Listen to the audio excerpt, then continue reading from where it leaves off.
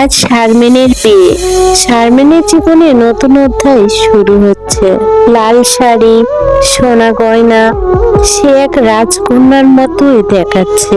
চারিদিকে হাসি আনন্দ, নতুন জীবনে স্বপ্নের মতো মনে হচ্ছে সবকিছু।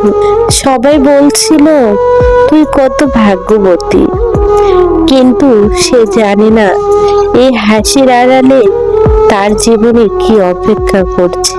বিয়ের কিছুদিন পরে বদলে যেতে লাগলো সবকিছু। স্বামী ফারুক বাইরে থেকে হাসি খুশি মনে হলেও বাসায় সে একবারে অন্য মানুষ। একদিন শারমিন একটু দেরি করে রান্না করেছিল। হঠাৎ ফারুক রেগে গিয়ে বলল, এত দেরি করে রান্না করিস কেন? বিয়ের আগে তো বেশ চালাক ছেলে। শারমিন চুপ থেকে দ্রুত কাজ করতে লাগলো, কিন্তু এরপর থেকে নানান অজুহাতে ফারুক তাকে অপমান করে। শুধু স্বামী নয়, শাশুড়ি যেন এক মুহূর্ত শান্তি দিত না। আমার ছেলে কি তোকে এনে চাকরানির মতো রাখার জন্য বিয়ে করেছে?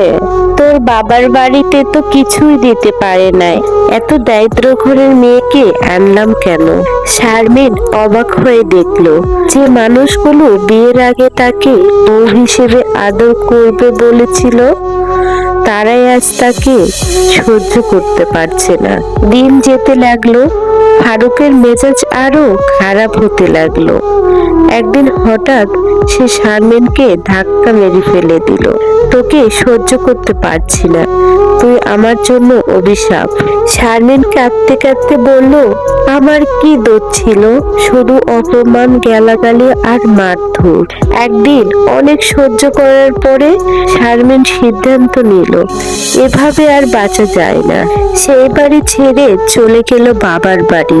কিন্তু সমস্ত মেয়েদের সহজে থাকতে দেয় না। বউ হয়ে আসার পরে কি ফিরে যাওয়া যায়? এত সহজে সম্পর্ক ভেঙে দেওয়া উচিত না। কিন্তু শারমিন এবার চুপ থাকেনি। সে সাহস নিয়ে পড়াশোনা শুরু করলো, একটা ছোট্ট চাকরি পেল, নিজের পায়ে দাঁড়ানোর জন্য লড়াই শুরু করলো। আজ শারমিনের আর কারো দয়া চাইতে হয় না। সে নিজের মতো বাঁচতে শিখেছে। সমাজের চোখ রাঙানি উপেক্ষা করে সে প্রমাণ করেছে মেয়েরা শুধু অন্যের দয়ায় বাঁচতে আসে নাই, তারা চাইলে নিজের জন্য নতুন পথ তৈরি করতে পারে। বিয়ে মানে জীবন শেষ নয়, স্বামীর নির্যাতন মানিয়ে সহ্য করা নয়। নিজেকে ভালোবাসুন, নিজের জন্য লড়াই করা আসল শক্তি।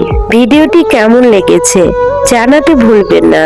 এরকম ভিডিও পেতে চ্যানেলটি সাবস্ক্রাইব করে পাশেই থাকুন।